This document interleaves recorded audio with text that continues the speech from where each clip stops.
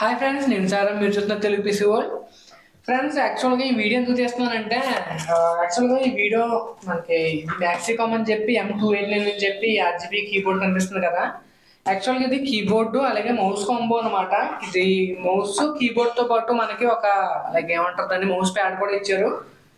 And దీని యొక్క price నాకు అప్పుడు నేను ఏదో వెబ్సైట్లో బుక్ చేసిన ఆన్లైన్లో దాని యొక్క ప్రైస్ అటు ఇటుగా 799 800 ఎంత పడింది. బేసిక్గా నేను ఎందుకు ఈ వీడియో చేస్తున్నానంటే మీరు ఎప్పుడైనా కానీ కీబోర్డ్ అని మౌస్ కొనేటప్పుడు చాలా జాగ్రత్తగా అయితే ఉండండి. అంటే దీని క్వాలిటీ బాగోలేదు అని కట్ట ఏం చెప్పడం కాదు, కానీ నేను బేసిక్గా ఎక్స్పీరియన్స్ చేసింది అయితే మీతో చెప్తున్నాను.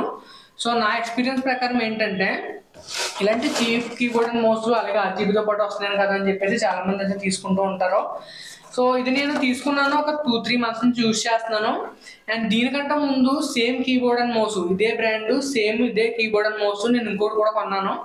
సో దీనికి సంబంధించి నా యొక్క రివ్యూని అయితే చెప్పబోతున్నాను అనమాట. ఇది నేను యూజ్ చేశాను. లైక్ ఫస్ట్ నేను కొన్న కీబోర్డ్ అండ్ మౌస్ జస్ట్ ఒక 1 మంత్లోనే పోయిందనమాట. కొన్ని కీస్ పనిచేయడం అయితే మానేసింది.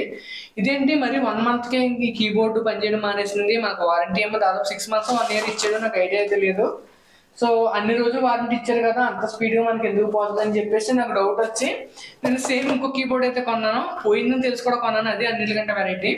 బట్ సెకండ్ టైం కొన్నప్పుడు నాకు ఈ కీబోర్డ్లో అంత ప్రాబ్లం అయితే ఏమనిపించలేదు. ఈ కీబోర్డ్ నేను 3 months నుంచి యూజ్ చేస్తున్నాను. అప్పుడు బాగానే పనిచేసింది అండ్ అప్పుడుతో పాటు ఇప్పుడు కూడా బాగానే పనిచేస్తుంది.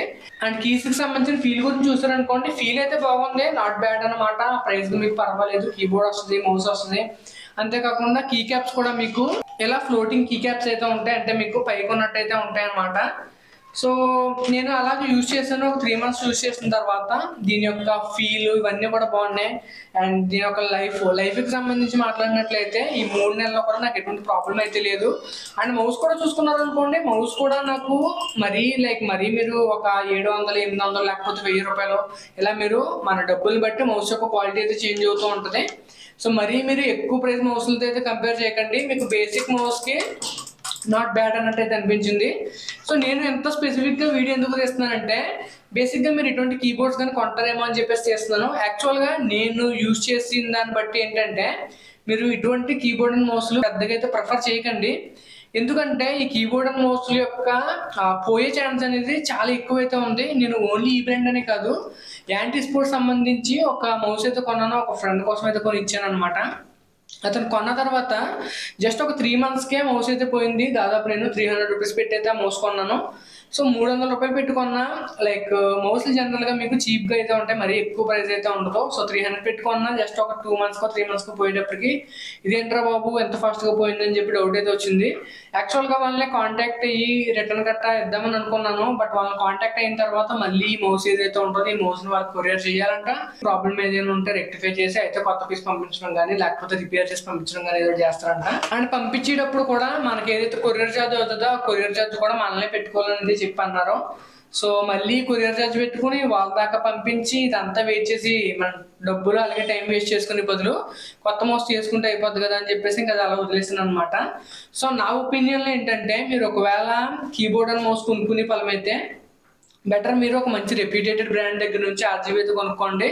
లేదా నార్మల్ కీబోర్డ్ అండ్ మౌస్ కొనుక్కున్నా సరే మీరు ఇటువంటి బ్రాండ్స్ కన్సిడర్ చేసుకునే బదులు ఒక మంచి RGB కీబోర్డ్ అండ్ మౌస్ కానీ లేకపోతే non RGB keyboard and mouse కానీ తీసుకోండి. HP అవ్వచ్చు, డెల్ అవ్వచ్చు, లేకపోతే లాజిటెక్ అవ్వచ్చు. ఇటువంటి బ్రాండ్స్ ఏంటంటే మీకు రిలయబిలిటీ అలాగే మనకి లైఫ్ విషయంలో అండ్ ఫీల్ విషయంలో కూడా మీకు చాలా బాగుంటాయి అనమాట. కొంతవరకు జెబ్రానిక్స్ ఇటువంటివి కూడా పర్వాలేదు. ఎలా మరీ దారుణంగా ఊరు పేరు లేని కంపెనీస్ అయితే మాత్రం ఖచ్చితంగా నేను రికమెండ్ అయితే చేయను. సో మీకు RGB ప్రిఫరెన్స్ పెద్దగా లేదనుకుంటే లాజిటెక్ కానీ లేకపోతే డెల్ కానీ HP కానీ కన్సిడర్ చేసుకోండి. ఒకవేళ మీకు RGB ప్రిఫరెన్స్ ఉందనుకుంటే మాత్రం మీరు కొద్దిగా మంచి బ్రాండ్స్ నుంచి అయితే చూస్ చేసుకోమని నేనైతే చెప్తాను. యాక్చువల్ గా మీకు కీబోర్డ్స్ అనేవి మన యొక్క బడ్జెట్ ని బట్టి చేంజ్ అయిపోతూ ఉంటాయి. ఒకవేళ మీరు మంచి బడ్జెట్ పెట్టుకున్నట్లయితే మీకు కంప్లీట్ గా మెకానికల్ కీబోర్డ్స్ వస్తూ ఉంటాయి.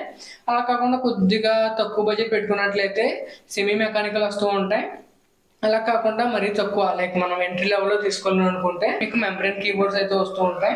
నేను మీకు చెప్పేది ఏంటంటే బాగా తక్కువ రేట్ వస్తున్నాయి కదా అని చెప్పేసి మరీ cheap keyboard and mouse prefer చేయొద్దని చెప్పేసి అయితే చెప్తున్నాను. ఎందుకంటే నేను ఇదనే కాదు ఇంకా కొన్ని కీబోర్డ్ అండ్ మౌస్ అయితే యూజ్ చేశాను. ఓవరాల్ గా నాకు ఏమనిపించింది అంటే ఒక 1200 1300 పెట్టి కొద్దిగా బ్రాండ్ నుంచి కొనుక్కోవడం బెటర్ అయితే అనిపించింది. ఒకవేళ మీకు బ్రాండ్ లో అంత స్పెసిఫిక్ గా దొరకకపోతే కీబోర్డ్ ని అలాగే మౌస్ ని సెపరేట్ గా కొనుక్కొని మనం యూజ్ చేయడం బెటర్ అయితే అనిపించింది. సో దీనికి సంబంధించి మీ ఒపీనియన్ ఏంటనేది కింద కామెంట్ సెక్షన్ లో అయితే చెప్పండి.